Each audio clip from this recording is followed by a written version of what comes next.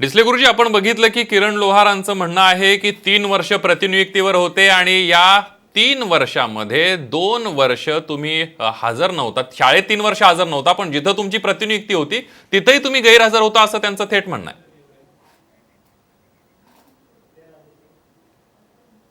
मी एक गोष्ट या ठिकाणी सांगू इच्छितो. ज्या चौकशी समितीनं हा अहवाल दिलेला आहे, हं, त्या चौकशी समितीच्या एक अध्यक्ष असणारे गट शिक्षण अधिकारी जे आहेत, त्यांनीच माझे कॉन्फिडेन्शियल रिपोर्ट्स जे आहेत ते अत्युत्कृष्ट लिहिलेले आहेत. हं, त्यांनीच माझं वेतन देखील मला अदा करण्यात आले. हं, हं, हं.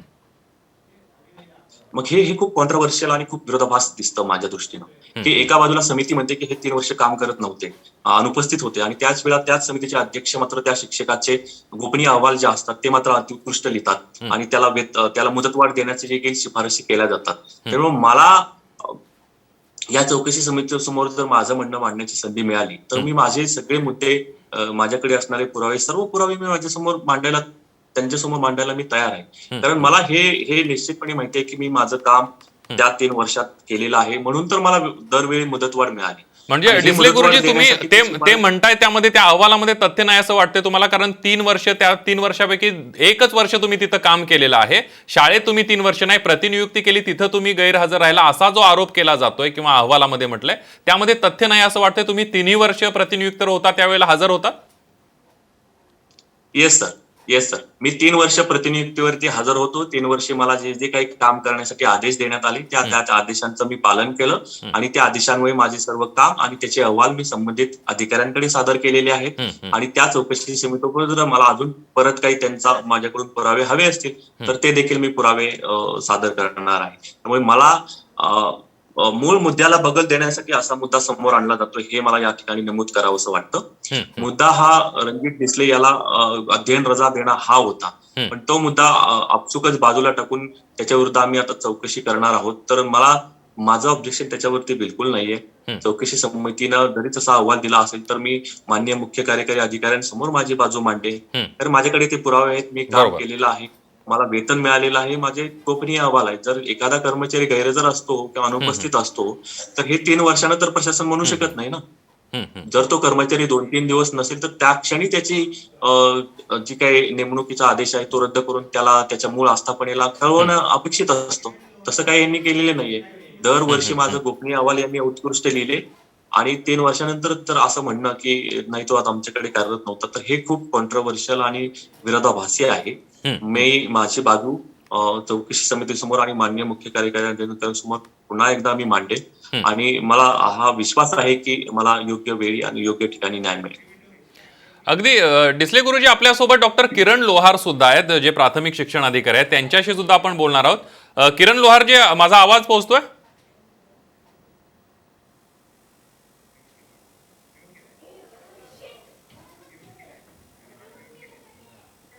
किरण लोहारजी, तुमचा मोबाईल म्यूट आहे, तुम्ही म्यूट काढा.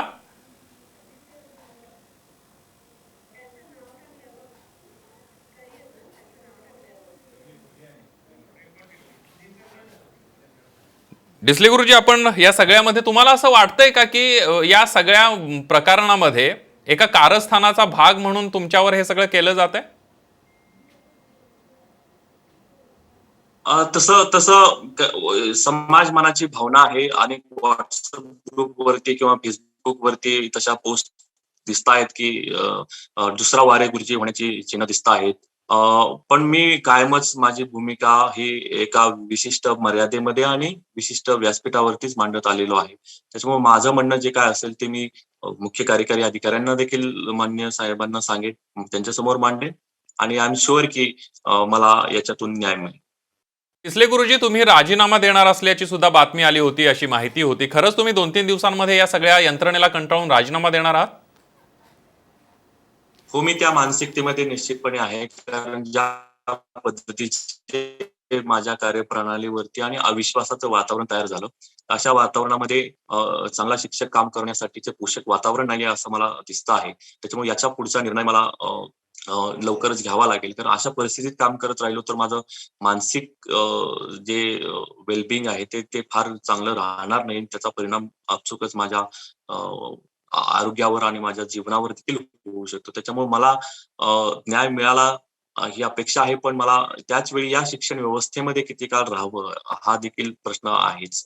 आणि त्यामुळं मी या मानसिकतेमध्ये आहे, की मला इथून किती दिवस इथं राहावं लागेल. कारण जर अशा पद्धतीचे शाब्दिक आणि मानसिक हल्ले होत राहिले, तर एक शिक्षक म्हणून काम करत असताना ती जी ऊर्जा असते, ती जी उर्मी असते, तर ती हळू कमी होत जाते. आणि त्याच्यामुळे ते मला माझ्या बाबतीत व्हावं असं मला बिलकुल वाटत नाही. तर मला खूप चांगली कामं करायची आहेत. देशातल्या आणि जगभरातल्या मुलांसाठी वेगवेगळे प्रयोग राबवायचे आहेत. ते करत असताना माझ्यासाठी एक सपोर्ट सिस्टम असणं देखील मला तितकंच गरजेचं आहे आणि पोषक वातावरण असणं देखील तितकं.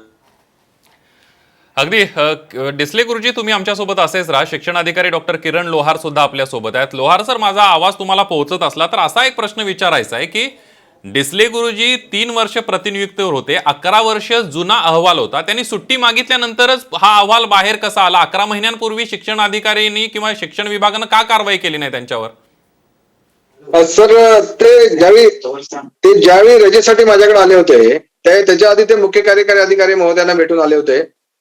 डिसले गुरुजींनी तर सांगितलं, मी तुम्ही तुमचे ऍप्लिकेशन फॉर्म तुमचे आपल्याकडे दिलेले आहेत का? ते नसतील तर तुम्ही तुमचा ऍप्लिकेशन फॉर्म द्या.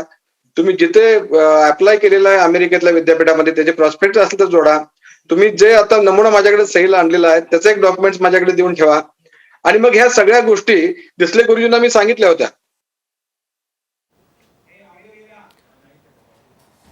लोहार सर, तुमचा आवाज येत नाहीये. तुमच्या नेटवर्कमध्ये काहीतरी प्रॉब्लेम आहे.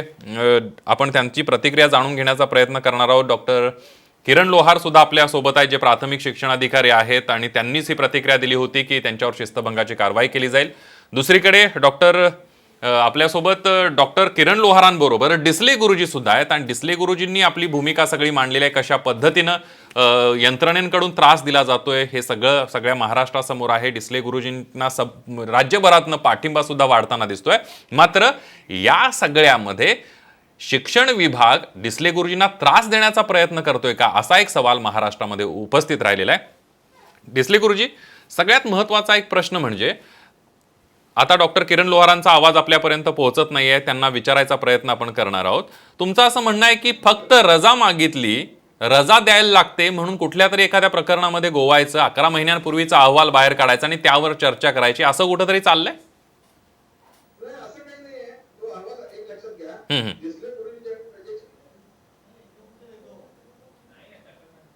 काही अर्ज आपल्याकडे आलेत का? ती फाईल घेऊन या म्हटल्यानंतर आमच्या क्लार्कने ती फाईल माझ्याकडे आणून दिली. आणि त्यावेळी तत्कालीन शिक्षणाधिकारी राठोड सरांनी लिहिलं होतं की चर्चा करा. ती फाईलचं अवलोकन केलं असताना असं लक्षात आलं की अरे, ही तर चौकशीची फाईल आहे. ते काय डिसले गुरुजी फॉरेनला जातात म्हणून त्यांची चौकशीची फाईल बाहेर आलेली आहे असं मुळीच नाही. त्यांनी तसा गैरसमज करून घेऊ नये.